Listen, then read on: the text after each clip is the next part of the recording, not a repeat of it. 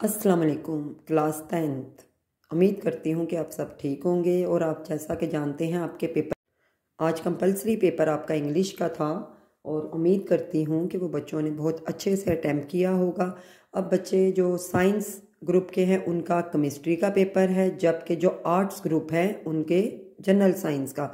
तो बच्चे अगर कोई बच्चे जो अभी भी कन्फ्यूजन में है कि हम पास होंगे या नहीं, तो बच्चे वो बिल्कुल मैं आपको स्कीम के मुताबिक आपके शॉर्ट क्वेश्चन और लॉन्ग क्वेश्चन आपको गाइड करूंगी, जिसके तहत आप लोग इंशाल्लाह जो तो बिल्कुल सोच रहे हैं हम फेल होने वाले हैं वो भी कामयाब होंगे, और जो बच्चे मिडल में हैं वो बहुत अच्छे नंबर लेंगे, और जो ब्रिलियंट हैं वो तो है ही ब्रिलियंट। और अल्लाह से हम दुआ करते हैं अल्लाह आप सबको कामयाब करे। तो बच्चे आए हम लोग अपने चैप्टर नंबर 9 की तरफ जाते हैं। जैसा कि आपको पता है कि जो आपकी पेपर स्कीम है 9 जो पार्ट क्वेश्चन नंबर 2 का आपके शॉर्ट का है, चैप्टर नंबर 9 में से 2 सवाल आने वाले हैं, जबकि चैप्टर नंबर 11 में से 4 और चैप्टर नंबर 2 में से 2।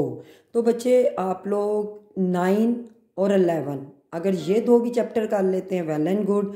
अगर आप लोग 4 और 2 इधर से अटैम्प्ट हो रहे हैं, यानी कि चैप्टर नंबर 11 और 12 में से अगर आप ये भी अटैम्प्ट करते हैं वेल एंड गुड, क्योंकि हमें कितने टोटल अटैम्प्ट करने हैं 5 क्वेश्चन, जबकि हमारे इन 2 चैप्टर में से भी 6 हो रहे हैं और इन 2 चैप्टर में से भी।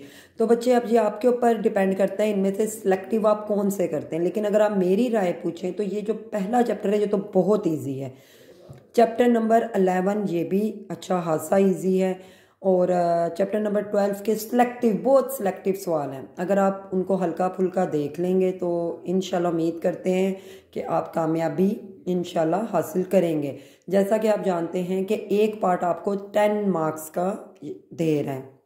अब एक पार्ट का क्या मतलब है देखें, अगर आप चैप्टर नंबर 9 बच्चे करते हैं, चैप्टर नंबर 9 में कितने आपके सवाल शॉर्ट आ रहे हैं 2, और नीचे अगर आप देखेंगे लॉन्ग चैप्टर नंबर 9 का ए पार्ट आ रहा है। अब ये 4 नंबर का भी हो सकता है 5 नंबर का।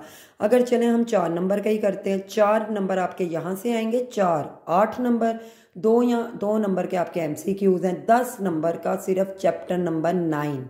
इसी तरीके से बच्चे अगर आप लोग इस तरफ आते हैं चैप्टर नंबर 10 की तरफ, तो देखें यहाँ पर कितने सवाल अटैम्प्ट हो रहे हैं 3, और आपका इजली बी पार्ट भी अटैम्प्ट हो रहा है। अब यहाँ भी देखें अगर 3 सवाल आप अटैम्प्ट करेंगे 6 नंबर यहाँ से आप लेंगे और 5 नंबर यहाँ से, और 2 नंबर MCQs, 13 नंबर का सिर्फ कौन सा है चैप्टर नंबर 10। अब बच्चे अगर आप देखें 10 नंबर का ये था और 13 नंबर का ये था, 23 नंबर तो ईजिली आप लोग अटैम्प्ट 23 नंबरों का सवाल कर चुके हुए हैं। तो बच्चे टेक्निकली तौर पर अगर आप वर्किंग करेंगे तो उम्मीद करती हूँ आप कामयाब होंगे। इसी तरीके से जब हम लोग चैप्टर नंबर 13 की तरफ आते हैं, 2 सवाल इसके और 1 लॉन्ग, यानी कि 4 और 4 8, 2 नंबर के MCQs, 10 नंबर का बच्चे आपका ये चैप्टर है। यहाँ से आपका 13 नंबर का ये चैप्टर था। चैप्टर नंबर 9 अगर आप करते हैं 10 नंबर का आपका ये है, और 13 के साथ वो किसकी स्कीम दे रहा है आपको लॉन्ग की 15, यानी कि यहाँ पर अगर आप 15 चैप्टर का लॉन्ग भी कर लेते हैं तो बच्चे आपका ईजली यहाँ से 5 नंबर इसके आ जाते हैं चैप्टर नंबर 15 के, और 2 नंबर MCQs के, यानी कि 7 नंबर का ये चैप्टर है। अब अगर आप देखें कितने हमने सिर्फ चैप्टर अटैम्प्ट किए हैं 1 2 3 4, और नंबर बच्चे हमें कितने आए 10 20 30 40 नंबर, 60 में से ईजिली 40 नंबर। उसके बाद मज़े की बात यह है कि इनमें से अब देखें आपको अगर चैप्टर नंबर 14 ईजी लगता है आप इसको अटैम्प्ट कर लें, अगर चैप्टर नंबर 16 लगता है तो इसको कर लें अच्छा सा, और 4 नंबर आसानी से आपके इसमें आ सकते हैं। 8 नंबर और 2 नंबर के MCQ, 10 नंबर का ये भी है। 50 नंबर तो आपके इजीली यहीं से अटैम्प्ट होते हैं, बाकी MCQs के आपके 10 नंबर हैं। तो जो बच्चे सोचते हैं ना कि फेल हम हो जाएंगे, बच्चे फेल होना मुश्किल काम है, पास होना मुश्किल नहीं है। पास होना तो आपको वो जिस तरह शरीनी दी जाती है आप इस तरह पास हो सकते हैं। चलिए हम अपने लॉन्ग और शॉर्ट क्वेश्चंस की तरफ चलते हैं। चैप्टर नंबर 9 के बच्चा पहला क्वेश्चन है रिवर्सिबल और इरिवर्सिबल केमिकल इक्विलिब्रियम, इसी तरीके से dynamic and static equilibrium constant and its unit problem. बच्चे ये आप लोगों ने ज़रूर करनी है, बहुत इंपॉर्टेंट है बोर्ड के लिहाज से। एक ये प्रॉब्लम 9.3 की है। इसी तरीके से अगर आप नीचे आएंगे क्वेश्चन इसी तरीके से एक ये भी इक्वेशन, ये 4 तो इक्वेशन है, यानी कि 10 सवालों में 4 आपको मैंने इक्वेशंस बताई हैं। तो पीछे बच्चे कितने सवाल रह गए? सिर्फ 6। और अगर बच्चों को इक्वेशन नहीं बनानी आती तो मैं थोड़ा सा आपको ये भी ब्रीफ करती जाऊँ। बच्चे ये जो होता है ना, ये यहाँ पर आपके क्या होते हैं? रिएक्टेंट। और यहाँ आपके होते हैं फार्मूले की अगर हम बात करें ना, तो केसी बराबर होता है के फॉरवर्ड रिएक्शन और रिवर्स रिएक्शन। ये फॉरवर्ड और ये रिवर्स, इसको बच्चे फॉरवर्ड कहते हैं। आपने ये वाली वैल्यूज़, अगर आपने law of mass of action पढ़ा होगा तो मोलर पर डेसीमीटर क्यूब, यानी कि आपने इस तरीके से स्क्वायर ब्रैकेट में इनको बंद करना होता है। और ये जो वैल्यू है, ये बाद वाली वैल्यू नहीं, इसको तो अंदर ही आपने लिखना है, लेकिन ये जो स्क्वायर है ना बच्चे, ये पावर बन जाता है। इसी तरीके से आपने इसको नीचे लिख देना। सिंपल सी इक्वेशंस हैं। इसी तरीके से अगर हम अपने अगले सवाल की तरफ जाते हैं, why Q equilibrium state reaction does not stop, क्यों स्टॉप नहीं होता। इसी तरीके से how direction of a reaction can be predicted, बहुत इंपॉर्टेंट ये भी सवाल। अगर रिएक्शन कोशेंट क्यूसी का मोर देन बड़ा होगा केसी से, तो what will be the direction of a reaction. बच्चे ये बहुत इंपॉर्टेंट, सिर्फ और सिर्फ 10 सवाल नहीं है, समझे, ये 4-5 सवाल हैं, क्योंकि इसी के अंदर से आपके लॉन्ग कवर होने वाले हैं। अब अगली आपकी स्कीम है यूनिट नंबर 11 की। अब देखें, अगर आप देखेंगे 11 चैप्टर के 16 सवाल हैं, लेकिन बच्चे ये 16 सवाल कम अज़ कम आपके ये कोई 40-50 राउंड अबाउट हैं, जिसमें से हमने सिर्फ सिलेक्टिव से सवाल निकाले हैं। और इंशाल्लाह बशर्ते ज़िंदगी अगर अल्लाह ने चाहा तो ये सवाल ज़रूर आएंगे। Define vital force theory, organic compound, molecular and condense formula, aromatic, benzenoid, acyclic या नॉन, इन दोनों में से बच्चे आएगा। इसी तरीके से कैटिनेशन और आइसोमरिज्म, यहाँ से मैं आइसोमर छोड़ गई, वो भी बहुत इंपॉर्टेंट सवाल है। इसी तरीके से how coal is formed, use of bituminous, anthracite, ammoniacal liquid, define pitch, बहुत इजी सवाल और बहुत इम्पोर्टेंट। इन दोनों में से भी बहुत इम्पोर्टेंट सवाल हैं ये। इसी तरीके से use of food, fuel and raw material, homologous series, alkyl halides. ये बच्चे जो मैं ज़्यादा इंपॉर्टेंट बता रही हूँ ना, इनको आपने ज़्यादा अच्छे से याद कर लेना। N propyl, isopropyl, functional group, यहाँ से तो मस्ट एक आने वाला है सवाल। इसी तरीके से अब हम यूनिट नंबर 12 की तरफ जब जाते हैं, define hydrocarbons, open chain and close chain, define paraffin, बहुत इंपॉर्टेंट सवाल। इसी तरीके से हाइड्रोजिनेशन ऑफ अल्कीन्स। और बच्चे आप देखेंगे सिर्फ 8 सवाल हैं, सिर्फ और सिर्फ 8। Define olefin, use of ethane, give use of ethane, saturated and hydrocarbons unsaturated. और जब बच्चे हम आपके चलते हैं सेकंड शॉर्ट पार्ट की तरफ, तो आपकी अब जो डिवीजन स्टार्ट हुई थी यूनिट नंबर 10, अब 10 के आप देखें 13 सवाल हैं और बहुत इजी। शुरू वाले चैप्टर तो बच्चे आप लोगों को आने चाहिए, different between acid and base. इसी तरीके से आर्हेनेस, ब्रॉन्स्टेड और लीवियस के बारे में बताएं। लीवियस का H+ साइंस के ऊपर ये बहुत इंपॉर्टेंट सवाल है, पहला बहुत इंपॉर्टेंट। इसी तरीके से बेंजोइक एसिड और एसिटिक एसिड, और इसके नीचे बच्चे एक पूरा ब्लॉक है जो MCQs के हवाले से बहुत इंपॉर्टेंट है। सिट्रिक एसिड, पामिक एसिड, आपका यूरिक एसिड, ये टर्मेरिक एसिड, ब्यूटेरिक एसिड कहाँ इस्तेमाल होते हैं। इसी तरीके से आपका use of potassium hydroxide, magnesium और अल्मोनियम कहाँ इस्तेमाल होते हैं। साल्ट बहुत इंपॉर्टेंट है लॉन्ग के हवाले से भी। फिर हम लोग आ जाते हैं न्यूट्रलाइजेशन रिएक्शन। बच्चे न्यूट्रल कहते हैं एसिड और बेस का एक हो जाना और साल्ट का बन जाना, जबकि साल्ट को बनाने के प्लास्टर ऑफ पेरिस के लिए कौन सा साल्ट इस्तेमाल होता है।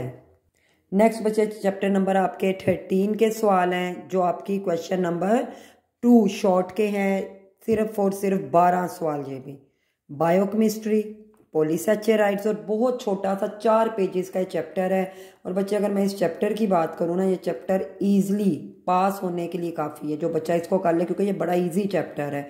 मोनोसैचराइड्स का फार्मूला में ग्लूकोज और फ्रुक्टोज, अगर हम पेंटा हाइड्रोक्सी एल्डिहाइड और कीटोन की बात करें तो इसको ग्लूकोज कहते हैं, इसको फ्रुक्टोज कहते हैं, सेम वही चीज़।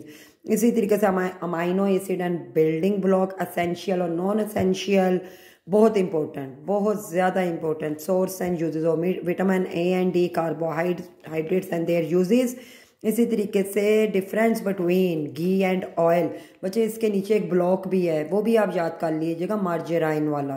ब्यूटेरिक बटर का, रैंसिड बटर। इसी तरीके से स्टेरिक एसिड, पामेटिक एसिड और ऑयलिक एसिड, इन तीनों का फार्मूला आ जाता होता है फंक्शन ऑफ डीएनए, डीएनए या आरएनए। इसी तरीके से वर्क लाइक अ मैसेंजर, किस तरीके से डीएनए काम कर रहा है। इसी तरीके से बच्चे जब हम यूनिट नंबर 15 की तरफ जाते हैं, ये भी बहुत इंपॉर्टेंट चैप्टर है। कैपिलरी एक्शन वो कहेगा, यहाँ कहेगा how water rise in plants, पौधों में पानी ऊपर कैसे जाता है। इसी तरीके से hard and soft water, temporary and permanent water, boiling method, Clark method, फिर industry influence, biodegradable, non biodegradable, बहुत इंपॉर्टेंट सवाल। Define boiler scale, domestic influence कहेगा, या फिर आपके डिसएडवांटेजेस ऑफ डिटर्जेंट, सर्फ के नुकसानात। Why are pesticides and fertilizer use, ये भी बहुत इंपॉर्टेंट सवाल है। Name some water borne disease, बच्चे यहाँ से तो आना ही आना है, ये तो गलत बात है कि ना है, ये 100%। इस चैप्टर को बच्चे रट लो, ये 2-3 चैप्टर पहला रट लो, बायोकेमिस्ट्री का 5वां चैप्टर रट लो, ये चैप्टर रट लो, यूनिट नंबर 15 100% कहती हूँ आप 35 मार्क्स ले सकते हैं।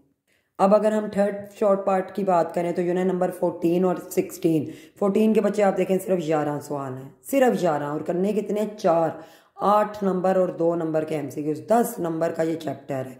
और छोटा सा chapter define atmosphere, atmosphere and environment, pollutants primary and secondary, green house effect and global warming, दोनों में से एक आना है।